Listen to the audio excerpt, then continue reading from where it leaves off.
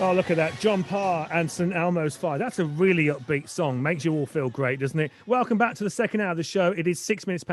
Welcome. We've got Matt's Magical Musical Moment featuring Oklahoma a bit later on, and one song, two versions, all to cram in between now and 7 o'clock. And if that wasn't enough, got some great music on the way, some Kylie for you as well.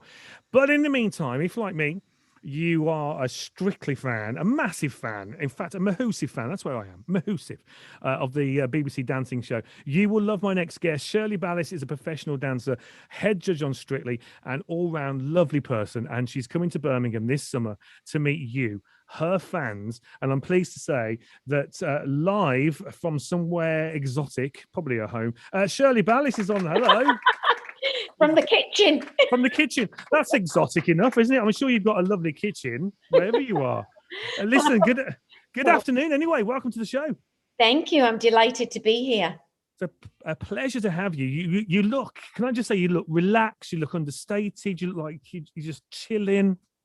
I'm chilling for a shilling. Yes, it's the way I like. I've enjoyed the lockdown because you'll be able to put your sloppy clothes on and you know, when you have to get back into your tight jeans, I'm not sure they're going to go where they're supposed to go. But wow. Yeah. Tell me about. We've all got lockdown weight, surely. But the good thing is you can dance it away, and I mean that's a good form of exercise, isn't it?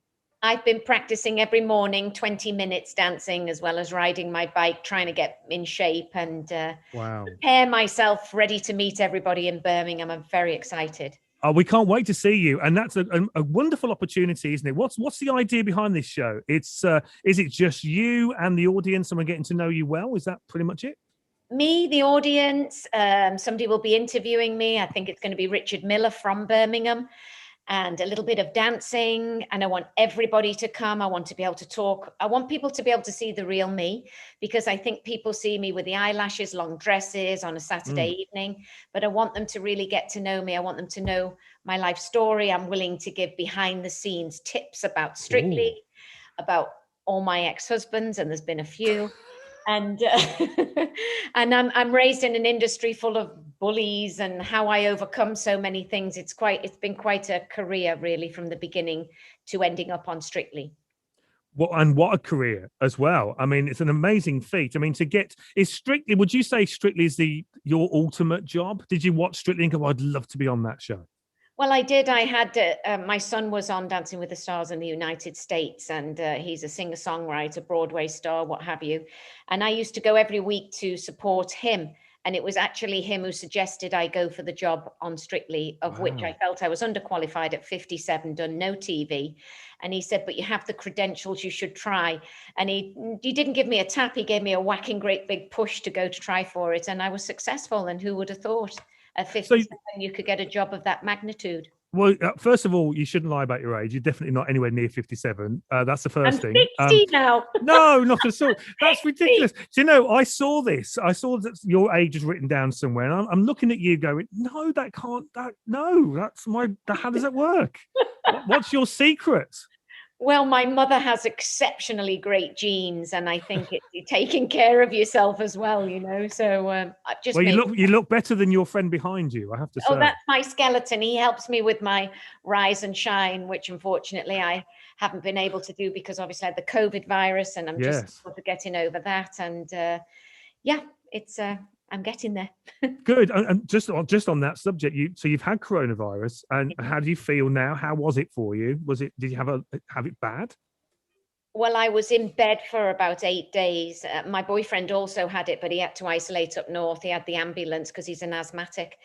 But it left me tired and feeling lethargic, and I had rashes and all sorts of things. It's been difficult because I would get up and go, even if I'm not feeling well. Oh, I've got the coronavirus. I can get up and go, you know, but that wasn't the case. When it tells you you're not going to get out of bed, you are in your bed, and that's it.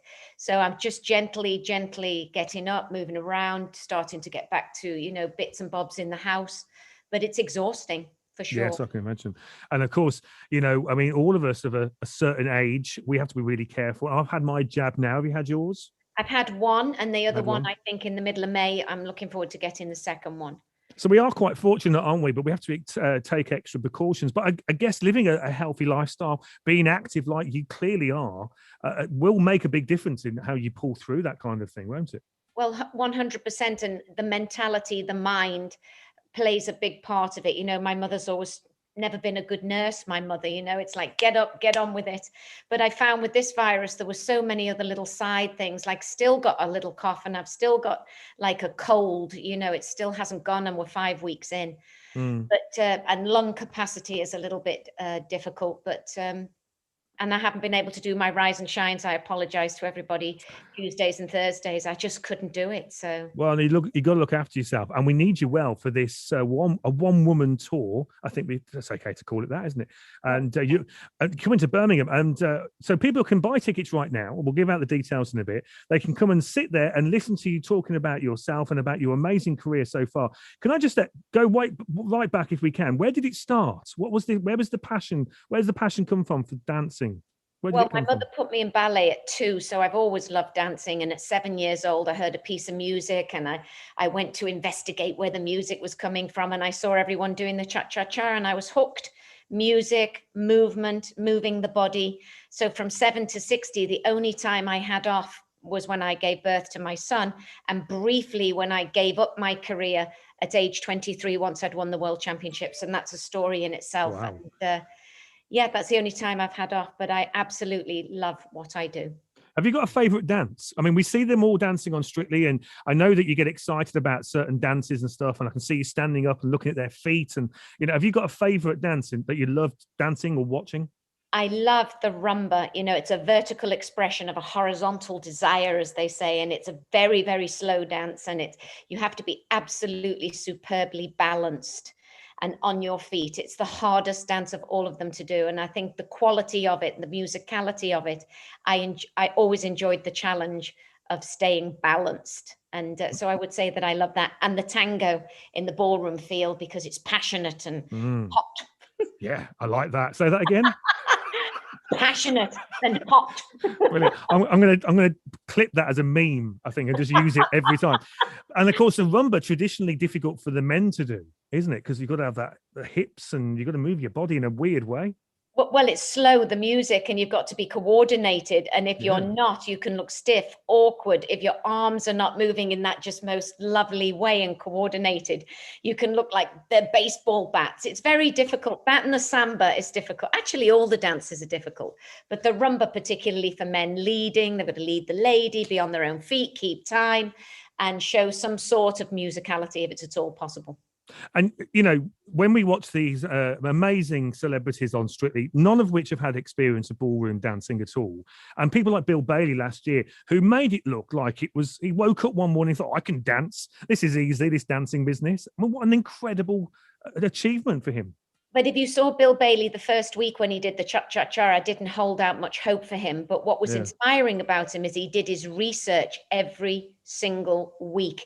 He learned about every single dance. He knew what countries they came from. He put in the extra work. He didn't just go out there and do his dance for 6 hours a day. He was full on 24/7, 7 days a week. Just goes to show what you can do if you put your mind to it. For sure. I loved them all, and Harvey, they were all fantastic, but I was thrilled for Bill because he went the extra mile. And when you go the extra mile and you believe in yourself, everything's achievable. So they've announced the professional lineup for this year, and everyone's in there, including Anton and everybody else. When do you find out who the celebrities are? That's for me to know and you to find out. I knew you were going to say that. And so you can't. I know you can't tell me, but do you know now? I can't tell you. You can't tell me that. Brilliant. And all right, see what you can tell me then. We'll hopefully it starts sort of September, October time. Fingers crossed. We're hoping to get 13 series in. You know, Sarah James, our executive producer, has done everything she can. We want to go to Blackpool. We want to bring you all the joy, the Christmas special and everything. She really is doing her absolute best to get it on all the shows for you this year. It's going to be, I mean, I've seen some of the things. You never think it can get better. Just when you think you can't top this, she manages to do that. So I think you'll be. I mean, the whole crew are superb, and everyone always says that. I absolutely look forward to September, October time, and when we get to the Christmas as well, and it finishes. I think we all go into a bit of a sulk. I do anyway. It is. How do you cope? How do you cope after it's finished? Because you've got all these highs and then suddenly nothing. Well, I'm used to it because I used to train for those major championships. You do the championship and then the next day you got that blues feeling. So just get on with it, keep moving, keep busy, and look forward to whatever's next. You just can't dwell on it. No, you can't. Listen, we could talk all day. We need to set up a whole day where we can just talk. That would be fantastic. Well, I have to tell the people that are listening is that you are coming to Birmingham on the 4th of June. Tickets are available right now. An evening with Shirley Ballas. That sounds like you're taking us out dining. We're having a bit of wine. It's going to be spectacular. You have to come and join in. It's not just going to be a sit there and listen. Everybody will be taking part. It's going to be absolutely magnificent. I can't wait to hear you talk about all your ex-husbands. I didn't know you had so many. And engaged people. Oh, my life. Oh, my word. Okay, well, listen, I can't wait for that. And I can't wait for Strictly. Keep doing what you're doing. You look fantastic. I mean, 60, nonsense. So you do an amazing job. And thank you for the joy you bring into our lives every year with Strictly. Thank you. Well, thank you for having me, and to all your listeners. I appreciate it. Thank you. Thanks, Shirley. And you can come and see Shirley on the 4th of June in Birmingham. Tickets are available. I'll give you details on how you can get that. But for now, Shirley Ballas, everybody. Thanks, Shirley.